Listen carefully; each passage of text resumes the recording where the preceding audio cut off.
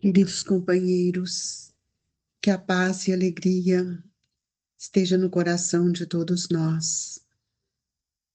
Iniciamos este dia com muita alegria em nosso coração, procurando trazer para os nossos irmãos um pouco de esclarecimento, para que todos nós possamos mergulhar neste vasto oceano de luz que é a doutrina espírita, para que todos sintamos agasalhados, abraçados por estes benfeitores que olham por cada um de nós. Pai nosso que estais nos céus, santificado seja o vosso nome. Venha a nós o vosso reino. Seja feita a vossa vontade, assim na terra como nos céus. O pão nosso de cada dia nos dai hoje, Senhor. Perdoe as nossas dívidas, assim como nós devemos perdoar os nossos devedores e ofensores. Não nos deixeis, Senhor, cairmos em tentação, mas livrai-nos de todo o mal, que assim seja.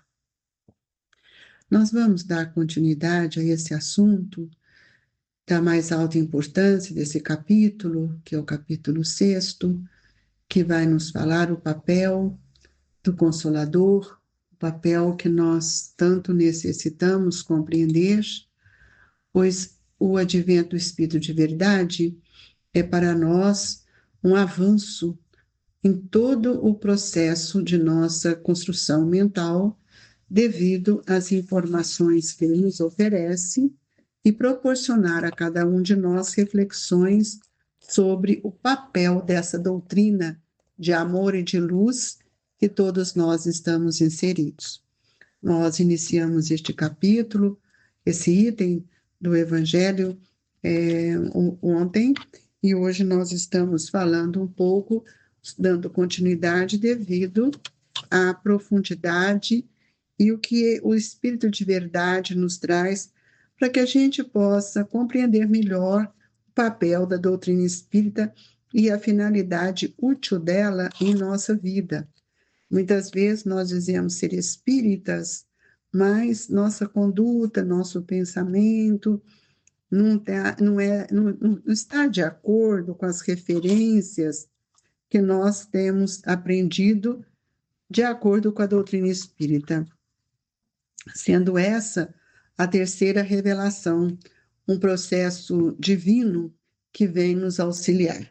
Então, nós vamos lendo e vamos procurar explicar, mesmo para que fique mais fácil para todos nós o entendimento deste capítulo, deste item e deste capítulo mesmo, que para nós é extremamente importante, né?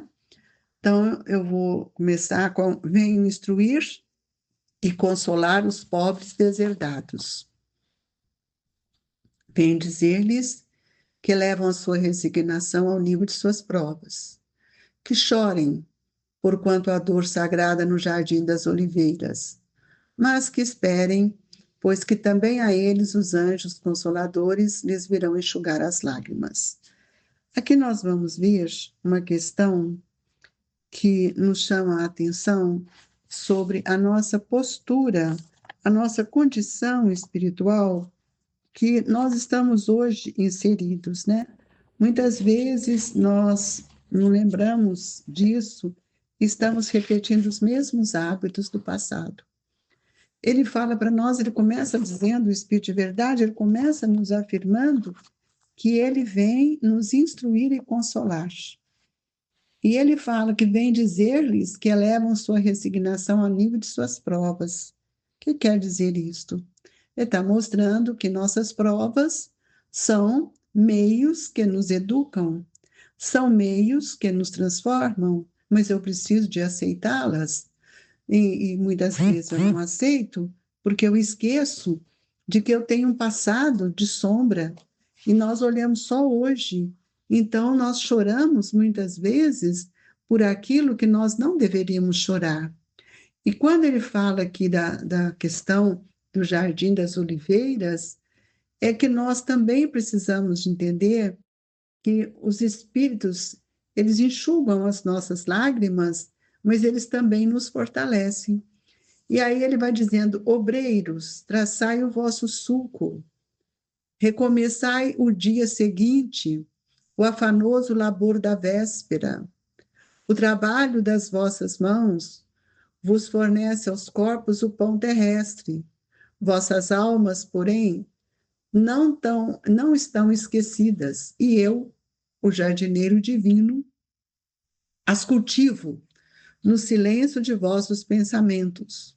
Quando soar a hora do repouso e a trama da vida se vos escapar das mãos e vossos olhos se fecharem para a luz, sentireis que surge em vós e germina minha preciosa semente. Quem que é o jardineiro divino, amigos? É Jesus. É Ele que nos traz essas sementes divinas que caem em nosso coração. Por isso que ele está conversando conosco, através, por meio do pensamento do Espírito de Verdade, obreiros, traçai o vosso sulco. Quer dizer, cada um é que tem que traçar o caminho que quer. E esse caminho, ele está ligado à nossa anterioridade, mas também às nossas escolhas. Então, quando ele fala que o jardineiro divino as cultiva no silêncio de vossos pensamentos, é que nós estamos todo dia recebendo esse pão divino que vem de Jesus, de Deus, nosso Pai, é que é o conhecimento, e nós não estamos valorizando este conhecimento. Por quê? Porque nós estamos vivendo só para o mundo. E é preciso que a gente renove cada dia o nosso olhar. Tem uma lição de um pensamento de Paulo, quando ele fala para nós: transformai-vos pela renovação de vossa mente, para que proveis qual é a boa, agradável e perfeita vontade de Deus.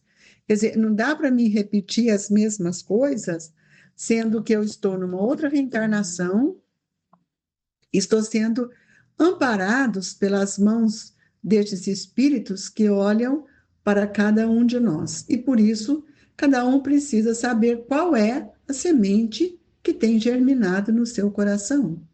De que forma essa semente vem despontando e crescendo?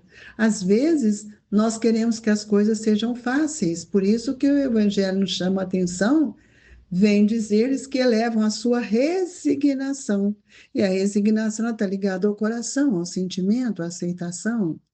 Muitas vezes nós esquecemos disso.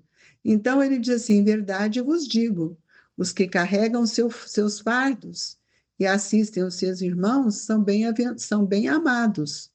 Meus, instruí-vos na preciosa doutrina que dissipa os erros das revoltas e vos mostra sublime objetivo da aprovação humana. Eu pergunto para vocês, nós estamos sendo esclarecidos todos os dias, e aqui o Espírito de Verdade nos chama a atenção para que nós possamos buscar nesse esclarecimento a instrução que vai modificar a minha forma de pensar, de viver nessa repetição dos mesmos atos. Então, não adianta a gente ter uma transformação aparente da nossa personalidade só na feição exterior, se nós não conseguimos ainda modificar tudo aquilo que nós temos que renovar por dentro. O que nós temos que renovar por dentro? Os nossos sentimentos, a nossa maneira de pensar. Então, não adianta eu buscar um conhecimento, sendo que esse conhecimento não tem me transformado. E aí o Espírito de Verdade nos diz: eu estou convosco, o meu apóstolo vos instrui. Quem está falando isso para nós é aquele Espírito que está representando o Cristo.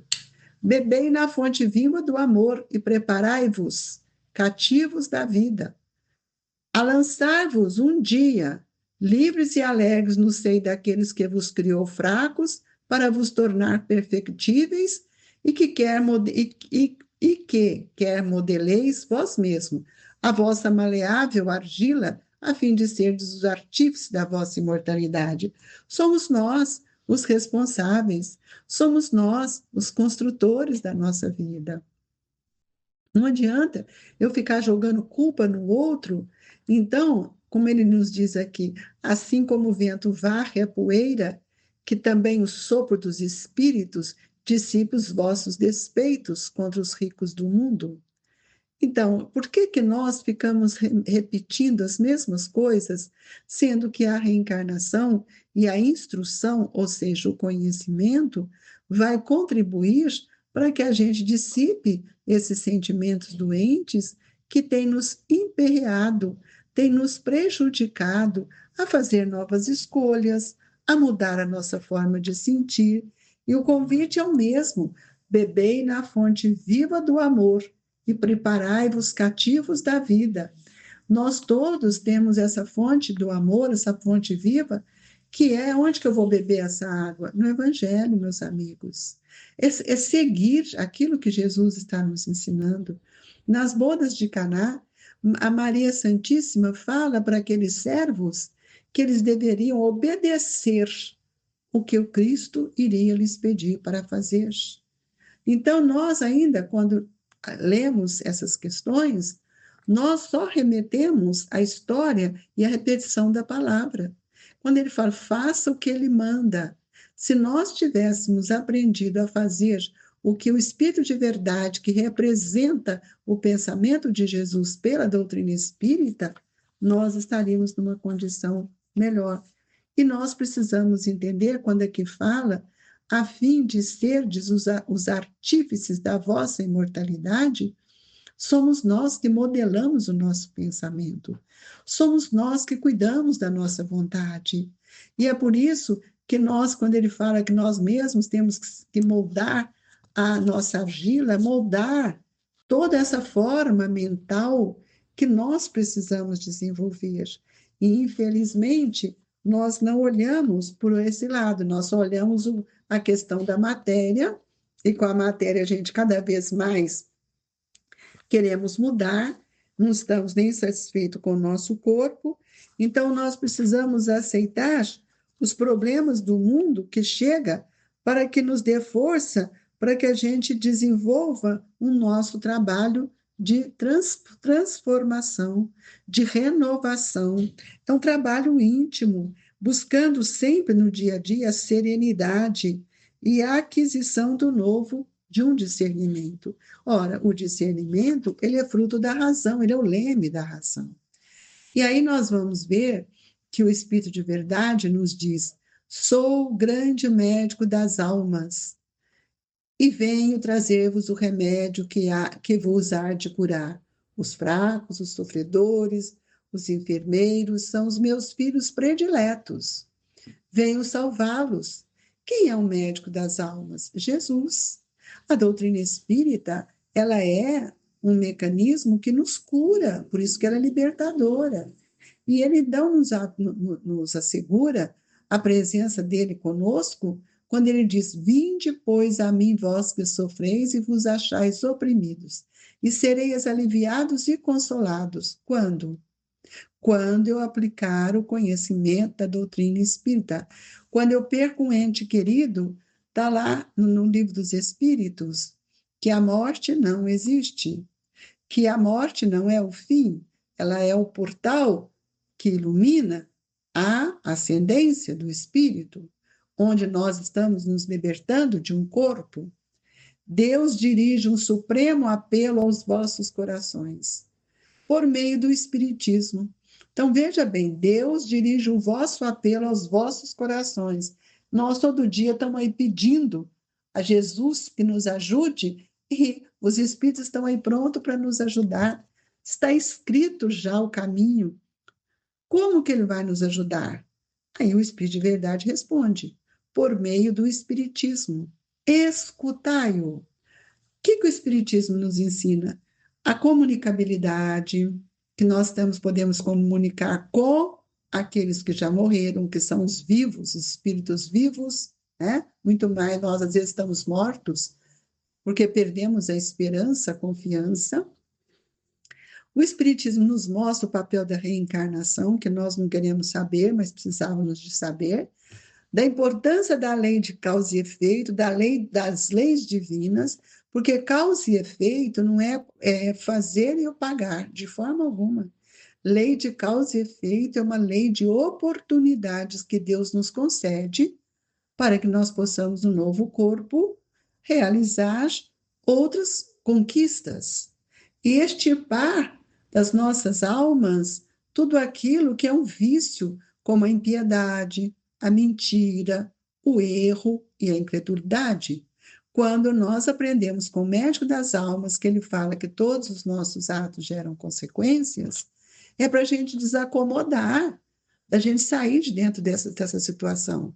E esses sentimentos, nós vamos ver que estão sendo convidados a extirpar, a tirar, ele nos diz, são monstros que sugam o vosso mais puro sangue e que vos abrem chagas quase sempre mortais.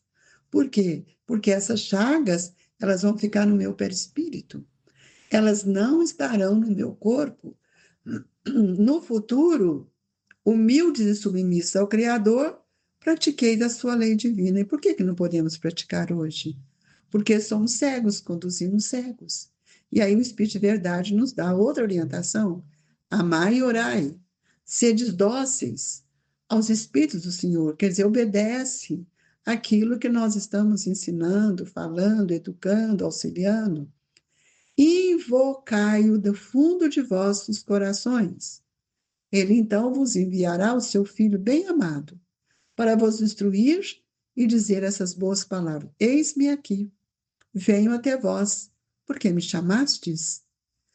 Essa pergunta é uma pergunta que nós precisamos responder para nós mesmos. Por que chamamos Jesus? Então, nós vamos ver que Deus nos auxilia, nos dando força para vencer as nossas aflições. E aí nós vamos ver que dor, sacrifício, aflições e amarguras são processos que vão fazer com a nossa transformação para que a gente possa alcançar um mundo maior. E nós queremos viver nas facilidades materiais que trazem para nós toda a estagnação da mente, para que nós não venhamos a repetir os mesmos erros, porque ainda não aprendemos a vencer os perigos que muitas vezes são fascinantes na caminhada terrestre. Então, nós estamos sendo convidados a buscar a abnegação e o devotamento, que são uma prece contínua, e encerra um ensinamento profundo. A sabedoria humana reside nessas duas palavras. Que palavras? Abnegação e devotamento. Quando nós estamos com esse propósito, nós vamos renovar a nossa alma, nossa forma de pensar, de sentir, dia a dia. E vamos ver que o progresso, ele vai nos envolvendo e vivendo nessa existência, procurando uma inspiração divina que nos dá o equilíbrio, que nos dá o respeito e que nos ajuda a vencer tudo aquilo que viemos fazer. Então, o Espírito de Verdade ele nos encerra falando: tomai, pois, por divisa essas duas palavras, devotamento e abnegação, para que a gente sinta fortalecida. O sentimento do dever cumprido vos dará repouso ao espírito e a resignação. O coração bate então melhor, a alma se serena e o corpo se forra aos desfalecimentos. Por isso que o corpo tanto menos forte se sente, quanto mais profundamente golpeado é o espírito. Então, amigos, que a gente reflita. Doutrina espírita não é só ir à casa espírita. Doutrina espírita é uma ação transformadora. Que Jesus nos dê força, coragem, bom ânimo, para a gente compreender o papel e a função da doutrina espírita em nossa vida. Nós pedimos aos espíritos amigos que possam nos transmitir o passe, fluidificando as nossas águas, florescendo os nossos pensamentos, retirando as ilusões e asserenando-nos. Que a misericórdia do vosso amor se estenda sobre todos nós.